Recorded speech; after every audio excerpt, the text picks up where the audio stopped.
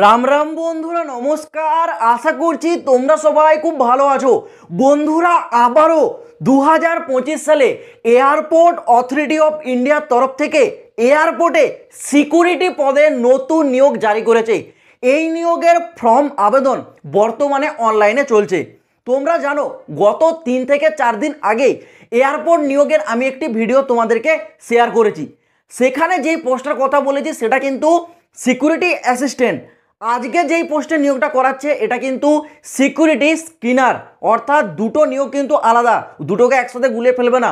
সেটা আলাদা নিয়োগ, এটা আলাদা নিয়োগ। এখানে সব থেকে বড় বিষয় কি জানো, কোনো প্রকার পরীক্ষা হচ্ছে না। এয়ারপোর্টে নিয়োগে তোমরা জানো এটা কোনো পরীক্ষা হয় না, একটি ইন্টারভিউ হয়। আর ইন্টারভিউটাও তোমাদের পড়াশোনার উপর ভিত্তি করে নয়।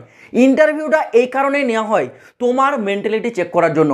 তুমি ফিজিক্যালি স্ট্রং কতটা আছো এটা কেউ দেখবে না, তুমি মেন্টালি কতটা স্ট্রং আছো এটাই দেখা হয় ইন্টারভিউতে। তুমি মেন্টালি প্রিপেয়ার আছো কি না, তোমার আন্দাজ কত দূর পর্যন্ত যেতে পারে, এগুলোকেই চেক করা হয়। এটারই অর্থ হচ্ছে ইন্টারভিউ। ইন্টারভিউর মাধ্যমে নিয়োগ করানো হচ্ছে এয়ারপোর্ট অথরিটি অফ ইন্ডিয়াতে। তোমরা যদি এই সুযোগটা মিস না করতে চাও, পুরো ভিডিওটা দেখো, কমপ্লিট ডিটেলস আমি তোমাদের ক্লিয়ার করে বলে দেবো। সর্বপ্রথম আমি তোমাদের একটু টাইম না নষ্ট করে অ্যাপ্লাই ডেটটা ক্লিয়ার করে দিই। এই নিয়োগের ফর্ম আবেদন শুরু হয়ে গেছে গত 9 জুন 2025 থেকে, এবং আবেদনের লাস্ট ডেট আছে আগামী 30 জুন 2025। 30 জুন মানে এই মাসের 30 তারিখ পর্যন্ত তোমরা কিন্তু আবেদনের সুযোগটা পেয়ে যাবে। পোস্ট নেম কি আছে, সিকিউরিটি স্ক্রিনার। এটা হচ্ছে সিকিউরিটি স্ক্রিনার পোস্ট। এই পোস্টের আগে জব প্রোফাইলটা একটু বলে দিই। দেখো, এই পোস্টের কাজ কি জানো, এই পোস্টের কাজ হচ্ছে সম্পূর্ণ গ্রাউন্ড লেভেলে।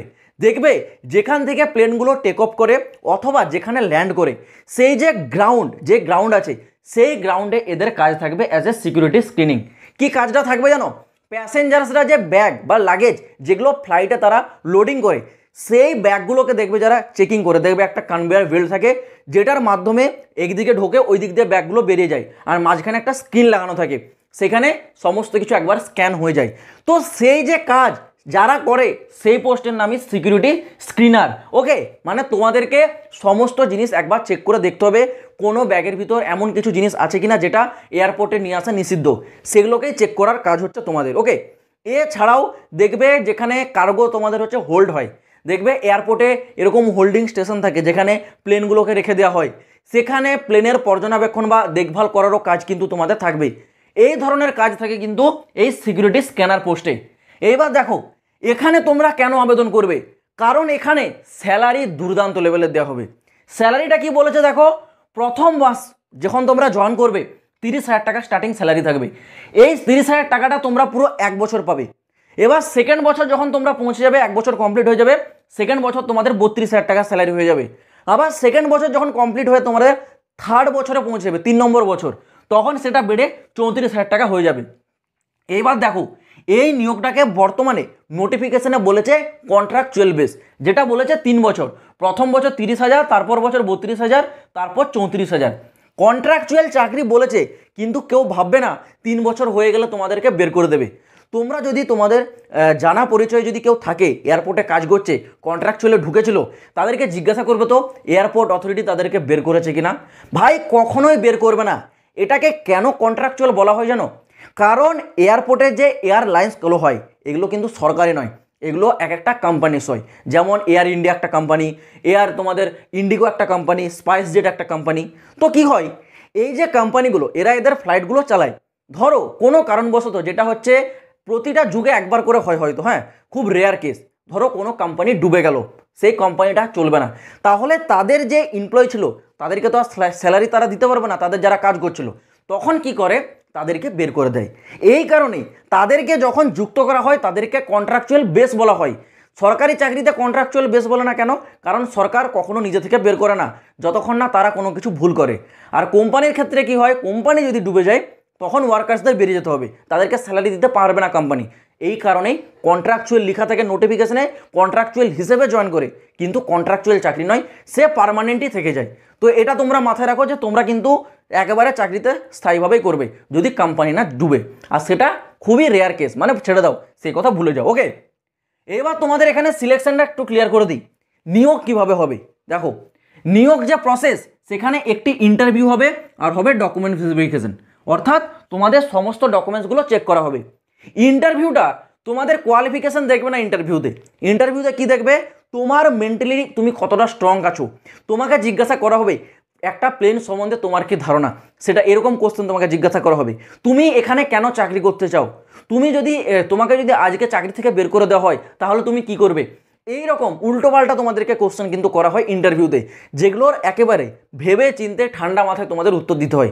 ওকে, এটারই হচ্ছে অর্থ ইন্টারভিউ। এটা ক্লিয়ার করবে, খুবই সহজ প্রসেস থাকে। তারপর ডকুমেন্টস ভেরিফিকেশন হলেই ফাইনাল জয়েনিংয়ে তোমরা পৌঁছে যাবে। এবার আছে তোমাদের এলিজিবিলিটি ক্রাইটেরিয়া। এলিজিবিলিটি ক্রাইটেরিয়াটা কি আছে দেখে রাখো। এলিজিবিলিটি ক্রাইটেরিয়া বলেছে বয়স সীমা 18 থেকে 27, সর্বনিম্ন 18 সর্বোচ্চ 27 তোমাদের বয়স হতে হবে যদি তোমরা জেনারেল অথবা ইডাব্লিউএস ক্যাটাগরি ক্যান্ডিডেট হও। কিন্তু যারা ওবিসি 3 বছরের ছাড়, যারা এসসি এসটি তারা বয়সে 5 বছরের ছাড়টা পেয়ে যাবে।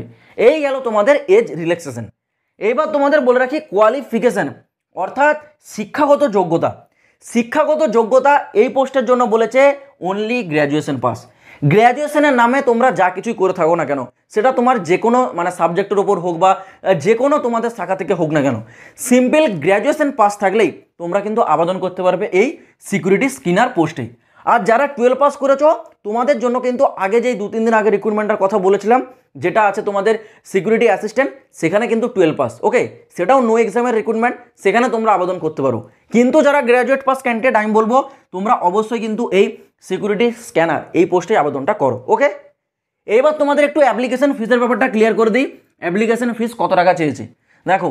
যারা ইউআর ওবিসি তাদের জন্য 750 টাকা অ্যাপ্লিকেশন ফিস। ওকে, আর যারা এসসি এসটি ইডাব্লিউএস, দেখো ইডাব্লিউএসকেও কিন্তু এসসি এসটির সাথে ঢুকে দিয়েছে। আর যারা ওমেন তাদের জন্য 100 টাকা অ্যাপ্লিকেশন ফিস।